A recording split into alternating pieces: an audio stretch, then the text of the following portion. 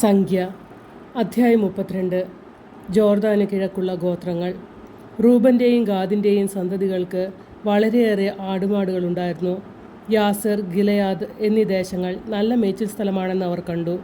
അതിനാൽ അവർ മോശയോടും പുരോഹിതനായ ഏലയാസറിനോടും സമൂഹത്തിലെ നേതാക്കളോടും പറഞ്ഞു, അത്താരോത്ത്, Dibon, Yasar, Nimrah, Heshbon, ഏലയാലെ, സെബാം, Nebo, Bayern എന്നിങ്ങനെ കർത്താവ് ഇസ്രായേൽ സമൂഹത്തിന് മുൻപാകെ കീഴടക്കിയ ദേശം മേച്ചിൽ സ്ഥലമാണ്. ഈ ദാസർക്ക് ആടുമാടുകൾ ഉണ്ടുതാനും. ഞങ്ങളിൽ സംപ്രീതനെങ്കിൽ ഈ പ്രദേശം ഞങ്ങൾക്ക് അവകാശമായി തന്നാലും ഞങ്ങളെ ജോർദാൻ്റെ മറുകരയിലേക്ക് കൊണ്ടുപോകരുതേ. മോശ ഗാദിൻ്റെയും റൂബൻ്റെയും സന്തതികളോട് പറഞ്ഞു, സഹോദരന്മാർ യുദ്ധത്തിന് പോകുമ്പോൾ നിങ്ങൾ ഇവിടെ ഇരിക്കുകയോ? കർത്താവ് ഇസ്രായേൽ ജനത്തിന് നൽകിയിരിക്കുന്ന നാട്ടിൽ കടക്കുന്നതിൽ നിങ്ങൾ അവരെ നിരുത്സാഹരാക്കുന്നത് എന്തുകൊണ്ട്? നാട് ഉറ്റുനോക്കാൻ കാദേശ് ബർണയായിൽ നിന്നും നിങ്ങളുടെ പിതാക്കന്മാരെ ഞാൻ അയച്ചപ്പോൾ അവരും ഇപ്രകാരം തന്നെ ചെയ്തു. അവർ എശേക്കാൾ താഴ്വരയോളം ചെന്ന് നാട് കണ്ടതിന് ശേഷം കർത്താവ് ഇസ്രായേൽ ജനത്തിന് നൽകിയിരുന്ന നാട്ടിലേക്ക് പോകുന്നതിൽ അവരെ നിരുത്സരാക്കി.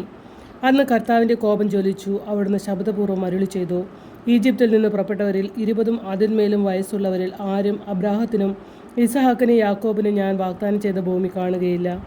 എന്തുകൊണ്ടെന്നാൽ അവർ എന്നെ പൂർണ്ണമായി അനുസരിച്ചില്ല. എന്നാൽ കെനീസിയക്കാരനായ യഫുന്നയുടെ മകൻ കാലബും നൂനിൻ്റെ മകൻ ജോഷുവയും അവിടെ പ്രവേശിക്കും. കാരണം അവർ കർത്താവിനെ പൂർണ്ണമായി അനുസരിച്ചു. കർത്താവിൻ്റെ കോപം ഇസ്രായേലിനെതിരെ ജ്വലിച്ചു. അവിടുത്തെ മുമ്പിൽ തിന്മ പ്രവർത്തിച്ച തലമുറ നിശേഷം നശിക്കുന്നതുവരെ മരുഭൂമിയിലൂടെ 40 വർഷം അലഞ്ഞു തിരിയാൻ ഇടയാക്കുകയും ചെയ്തു. ഇസ്രായേലിനെതിരെ കർത്താവിൻ്റെ കോപം ഇനിയും ഉഗ്രമാക്കത്തക്കവണ്ണം നിങ്ങളുടെ പിതാക്കന്മാരുടെ സ്ഥാനത്ത് പാപികളുടെ ഗണമായി നിങ്ങൾ ഉയർന്നിരിക്കുന്നു. എന്തെന്നാൽ അവിടുത്തെ അനുഗമിക്കുന്നതിൽ നിന്ന് നിങ്ങൾ വ്യതിചലിച്ചാൽ അവിടുന്ന് വീണ്ടും അവരെ മരുഭൂമിയിൽ ഉപേക്ഷിക്കും. അങ്ങനെ ജനത്തെ മുഴുവൻ നിങ്ങൾ നശിപ്പിക്കും. അപ്പോൾ അവർ മോശയോട് പറഞ്ഞു, ഞങ്ങൾ ഇവിടെ ഞങ്ങളുടെ ആടുമാടുകൾക്ക് വേണ്ടി ആലകളും കുട്ടികൾക്ക് വേണ്ടി പട്ടണങ്ങളും പണിയട്ടെ. എന്നാൽ ഇസ്രായേൽ ജനത്തെ ലക്ഷ്യത്തിലെത്തിക്കുന്നതുവരെ ഞങ്ങൾ ആയുധമേന്തി യുദ്ധത്തിനൊരുങ്ങി അവർക്ക് മുമ്പേ പോകാം. തത്സമയം ഞങ്ങളുടെ കുഞ്ഞുങ്ങൾക്ക് ഈ ദേശവാസികളുടെ ആക്രമണത്തെ ഭയപ്പെടാതെ കോട്ടയാൽ സുരക്ഷിതമായ പട്ടണങ്ങളിൽ വസിക്കുകയും ചെയ്യാം. ഇസ്രായേലെല്ലാം തങ്ങളുടെ അവകാശം കൈവശമാക്കുന്നതുവരെ ഞങ്ങൾ ഞങ്ങളുടെ വീടുകളിലേക്ക് മടങ്ങുകയില്ല. ജോർദാൻ്റെ മറുകരയും അതിനപ്പുറവും അവരോടൊപ്പം ഞങ്ങൾ ഭൂമി അവകാശമാക്കുകയില്ല. കിഴക്ക് ജോർദാൻ ഇക്കരെ ഞങ്ങൾക്ക് അവകാശം ലഭിച്ചിട്ടുണ്ടല്ലോ.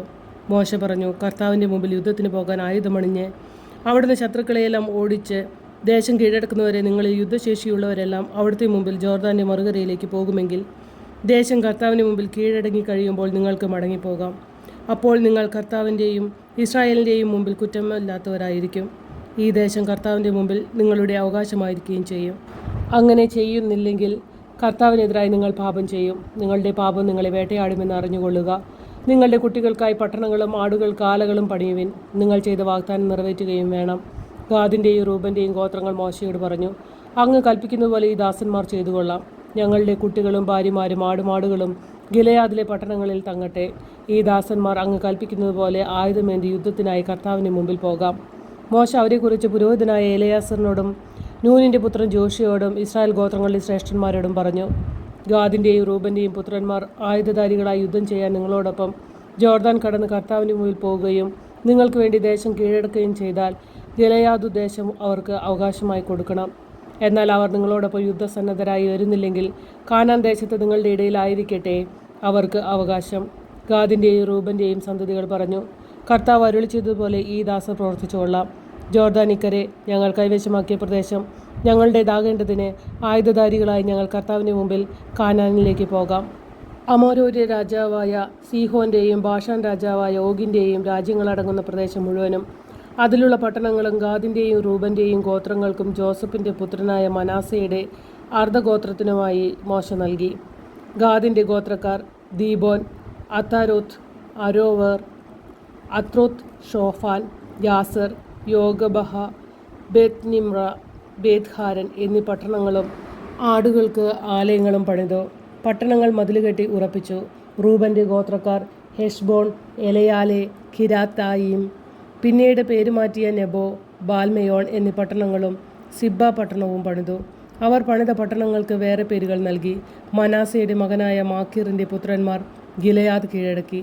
അവിടെയുണ്ടായിരുന്ന അമരോര്യരെ ഓടിച്ചു കളഞ്ഞു. മനാസയുടെ മകനായ മാക്കീറിനെ മോശ ഗിലയാദ് കൊടുത്തു. അവൻ അവിടെ താമസിച്ചു.